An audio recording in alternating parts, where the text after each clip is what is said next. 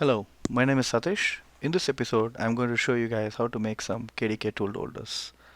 KDK tool holders are slightly unique when compared to Aloris, and I have not seen a lot of YouTube videos explaining how to make one. So I'm going to make few of them for my lathe, so I thought I will film this and I'll share with you guys. Let's get started.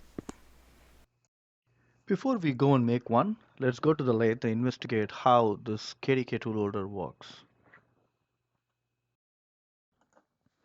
The KDK tool holders are designed to hold two tools in one holder. You can see here I have mounted my turning tool and my boring bar in the same tool holder. The beauty of the tool holder is it has two dedicated height adjusting screws. In this case, when you insert this way, you get one dedicated height adjusting screw to adjust the height of your turning tool. And when you flip it, you get another one to adjust the height of your boring bar. Let's talk about some dimensions here. Based on the original factory tool holder, I reverse engineered all the dimensions and I put together the SketchUp to help me to make my own. I'm going to make three of them. Two will be matched exactly to the factory tool holder dimensions, and one I'll be milling with a custom dimension to meet my custom tooling needs. As you see here, this tool holder is completely designed in imperial. Everything here is in inches. The first slot you need to mill for your dovetail should be two 1/8 inch away from the edge. And the depth of the slot for your dovetail should be 0.336, and then you need to do an undercut of 2 thousandths, and that will take us to 0.338. This tool holder also has two dedicated height adjusting screws. The hole for the first height adjusting screw should be drilled half an inch away from the place where you started your dovetail. In my case, I started my dovetail at 2 1/8 away from my edge. That takes me to 2 5/8 on x-axis. On y-axis, you need to take into consideration the amount of material you removed, which is 0.338, and you need to move further 1/8, and then you need to add the radius of the drill bit you're going to use to drill and tap your 1/4 into 28 thread per inch. That's where you need to drill your first hole. The second hole needs to be drilled 1 inch away from the place where you started your dovetail.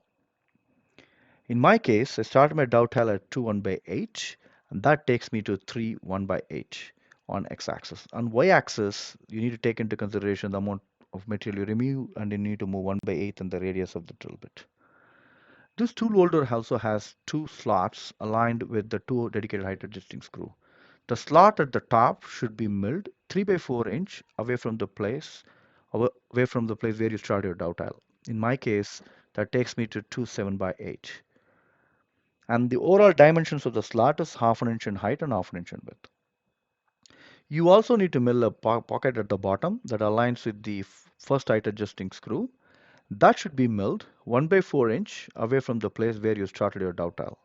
That takes us to 2 3/8. Please do check the description section of this video. I will leave a link to the SketchUp file for your reference.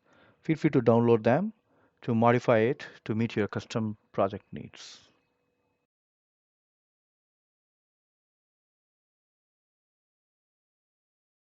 Okay, I squared this stock and I'm going to find the edges both in the X and Y axis. I'm using my edge finder. My edge finder is 200 thousandths in diameter, and I'm going to run my mill around 700 RPM in speed.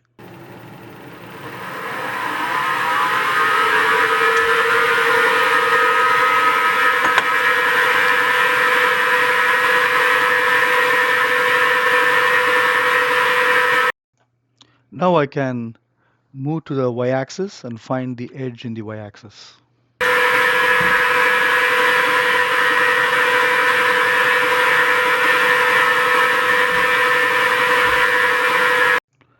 Now I can go ahead and reset my absolute position to 0, and that brings me to the edge of this stock, and I'll move 100,000 both X and Y axis and again zero it out. So that's my edges.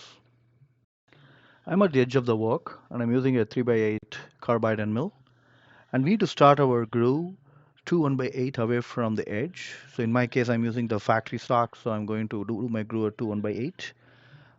From 2 1/8, you need to make that particular groove or a pocket 1.435 in width, and basically a depth of 0.338 and then undercut by 2000, that brings to 0.340. I'm right now 2.125 inches away from my edges in x-axis, and that's where I wanted to start the cut. To start a pocket exactly 2.125, you need to move your cutter further away to the radius of your cutter itself. So I'm using a 3 by 8 cutter, so I need to move further to 0.188 inches. So that will exactly make my first cut at 2 1 by 8. I'm using a 3 by 8 solid carbide end mill. I'm going to take around 25 thousandths every pass. I'm going to be a little aggressive here. I need to go down to the depth of 0.388.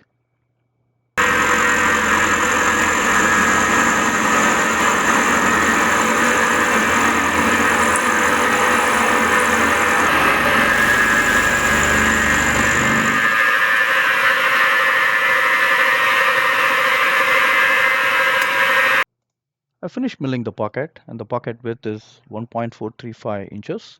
Now I'm ready to undo an undercut. As you see, I marked two spots in the pocket to start my undercut, and I'm going to do an undercut of 2000. That brings the overall depth to 0.340, which will match to the factory tool post.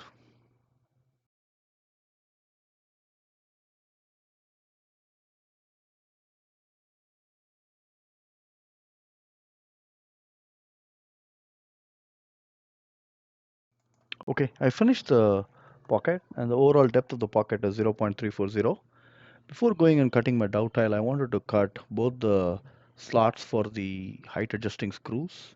The reason is I'm going to change the cut, basically the cutter to dovetail cutter, but I will lose my edges. So without thinking, since I have my edges, I will go ahead and finish the pockets, and then we will do the dovetail.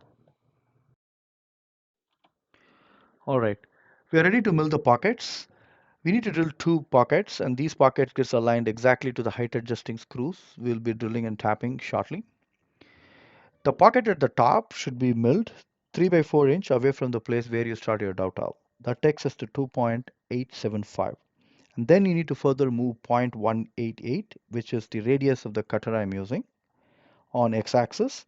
On z-axis, on the depth, you need to mill the pocket half an inch in depth and half an inch in width. And the pocket in the bottom, which gets aligned to the first height adjusting screw, should be milled 1 by 4 inch away from the place where you started your ductile. That takes us to 2 3 by 8.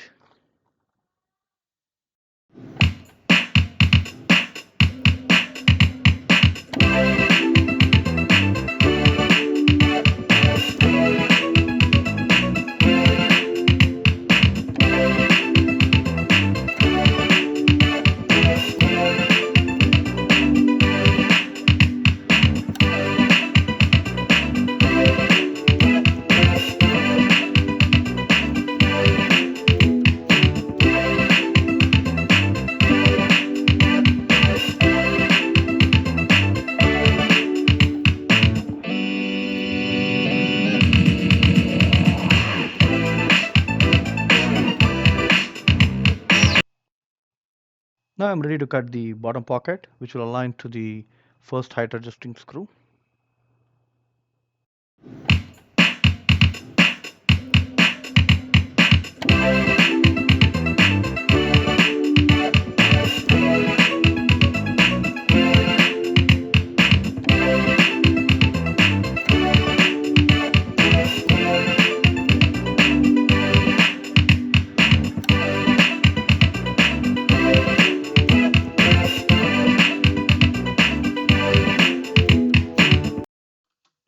Now I'm ready to cut the dovetails. I'm not going to show you guys how to cut the dovetails itself because there are a lot of great videos in YouTube. I'm going to cut the dovetails offline. I finished cutting the dovetail. Now I am trying to put the tool holder into the dovetail and see the fit. I'm really happy with the way it came out. It slides in and slides out very smoothly. And when I lock the tool holder, and it's very rigid. It's time to drill and tap the holes for the height adjusting screws. I am at the edge of my workpiece. I'm ready to drill my first hole for my first height adjusting screw. As per the dimensions, you need to drill your first hole half an inch away from your place where you start your dovetail on x-axis. In my case, I started my dovetail 2 1/8 away from my edge.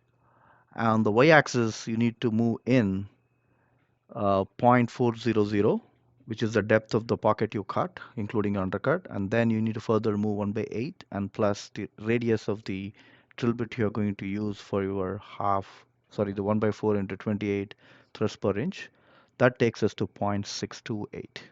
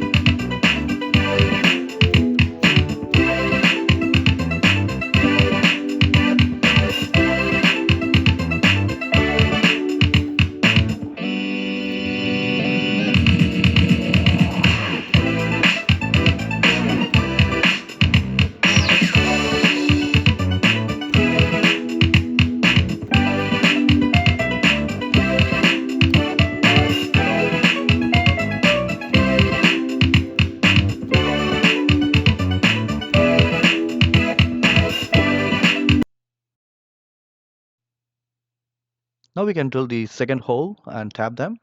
From dimension standpoint, the second hole should be 1 inch away from the place where you start your dovetail. The place where we are, we can just move half an inch. That will take us to 1 inch, and we can drill and tap the holes.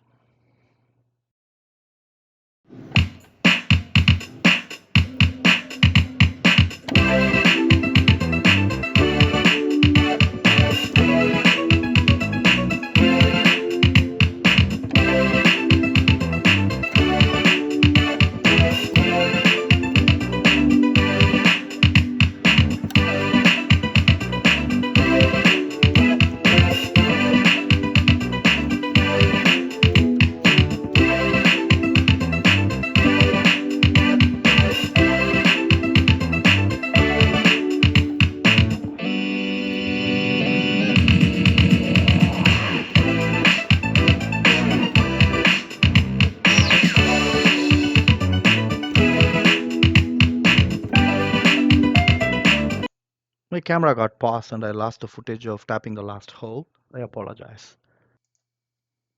Now let's go ahead and mill the slots for the tool holders.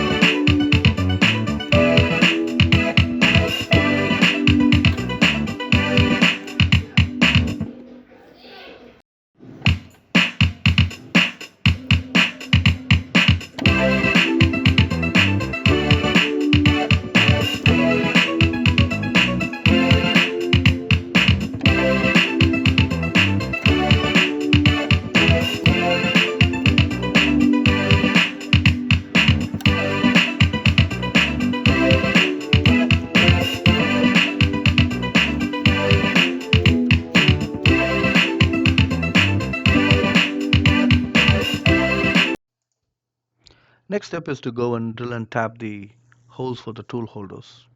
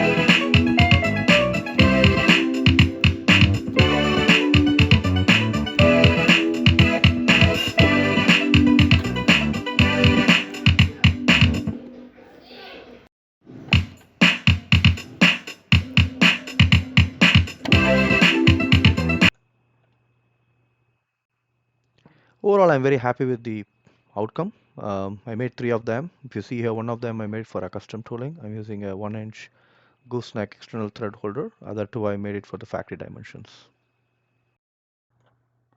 This concludes my episode. Thanks for watching. If you like my content, please like, subscribe, and hit the bell icon to get notified when I upload new videos. See you next time.